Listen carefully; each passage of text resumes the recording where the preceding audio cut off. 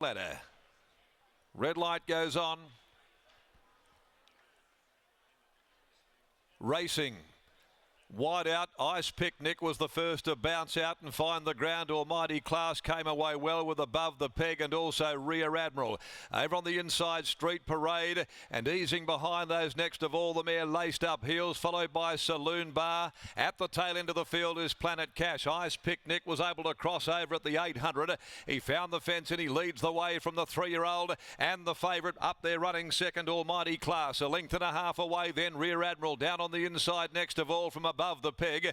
Saved up, patiently handled, Laced Up Heels outside of Street Parade, who hugs the fence. Then Saloon Bar, and forget about Planet Cash, who's now a long last. 450 metres left to go. Ice Picnic will be the first for home. They've straightened up. Noski's about to go on Almighty Class though. He gives him an inch of rain. He's about to take Ice Picnic 2 lengths away. Rear Admiral. His Laced Up Heels running on the outside of Above the Peg. Almighty Class. Ice Picnic will not lie down. Ice Picnic, Almighty Class. Laced Up Heels is coming at them. Laced Up Heels and Saloon Bar. Laced Up Heels, Saloon Bar. Oh boy, there's nothing in this at all. Laced Up Heels and Saloon Bar. They've gone to it. They've split it together. And Ice Picnic and Almighty Class behind them in a photo for third. Rear Admiral on their heels. Followed further back then when they'd pulled up Above the Peg. Street Parade is next home. And a distant last is Planet Cash. What a thrilling finish. The favourite unable to go on. 1 Laced Up Heels is the winner. Number 1 Laced Up Heels, ridden by Chris Parnham. It's 1 Laced Up Heels here in the Mrs. Max Handicap, under 60 kilograms, and has won officially by a nose over Saloon Bar. Stephen Parnham. Third, number 5 Almighty Class, Jared Noski in front of 4 Ice Picnic. 1, 2, 5 and 4. 1, 2, 5, 4 in a fabulous finish. Brilliant finish to race 4. Laced Up Heels with 60 kilos on her back off a blinding run in the Bluff Knoll in the Great Southern. She's brought it back to Ascot today for Luke Fernie, the daughter of Toronado, from a city girl for Geisel Park. And BJ Cleary has got her 4th victory from 14. There was nothing in it though at the finish. Saloon Bar, second by Sessions out of Paris Cracker, Danny Morton and Stephen Parnham. And Almighty Class, by Playing God from My Classy Lady, goes down for the second time in as many runs this campaign. Prepared by Mitchell Pateman, ridden by Jared Noski. A nose and ahead of the margins in 1:10.15. They peeled off 34.46 for the final 600. Ice Picnic led them from its wide gate. Had the company of Almighty Class, who couldn't really get past Ice Picnic. And then the charge came from Laced Up Heels, and descending upon them all was Saloon Bar. And it certainly set it up for a fabulous finish there. Laced Up Heels scoring in the Geisel Park Silks. Well, that'll certainly change things around now that Almighty Class has gone down for the second time in as many runs this preparation, with the Quokka coming up in April. More to unfold there, no doubt. And Laced Up Heels, well, she's come back as good as ever. The run of the race in the Bluff Knoll, and she's carried 60 today to this victory.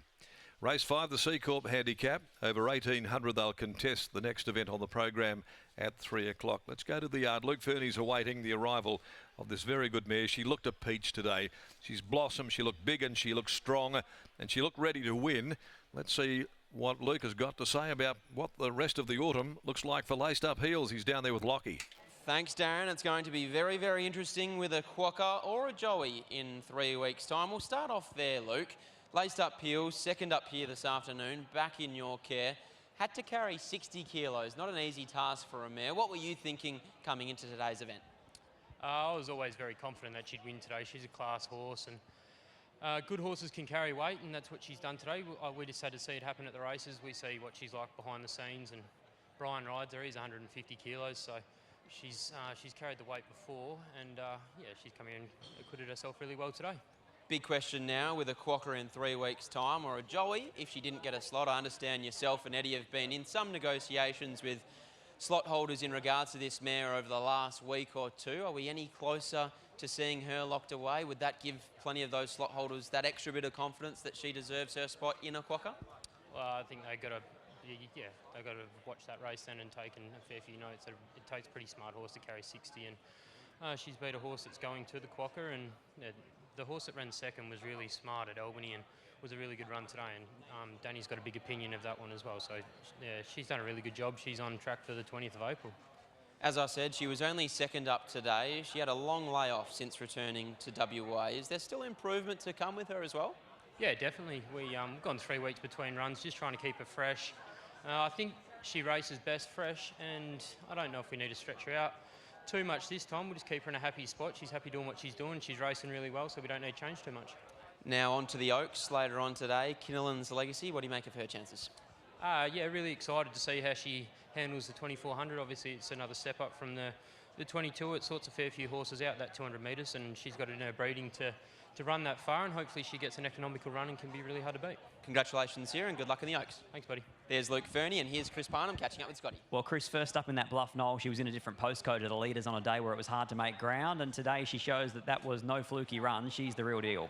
Yeah, she's a really top-class mare, and not many horses can come here and lump 60 in a good field like this and still be good enough to win. So, yeah, as you say, the run of Bluff Knoll was you watched it and you kept your eye on her going forward because she really hit the line strong. She went up a lot in weight, but she was good enough to win. Watching you in the run today at the 600-metre mark, it looked like you were travelling really, really nicely on the back of one. And then at the top of the home straight, they were sprinting hard into the corner. And it's almost like that 60 kilos just took her a while to build through those gears.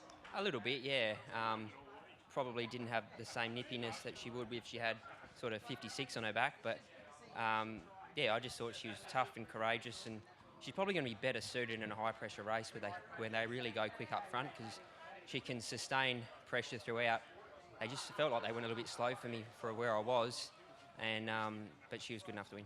Obviously, you rode Wild Bell last week, and both of them are potential quokka slot horses that haven't been announced yet or even sort of been in negotiations. But do you think they would both measure up in a race like that? Oh, 100%, yeah. In my opinion, they both should be in the race, so, yeah, hopefully Luke can get them there. What about later on in the Oaks, what sort of chance do you give Kinellan's Legacy? Yeah, she's a good chance. Probably slightly over the odds, I thought, so... I think she'll stay if she gets the right run. I think she'll be there at the finish. Congratulations, well done. Thank you. There's Chris Parnham combining with Luke Fernie and Laced Up Heels in the Mrs. Max Handicap.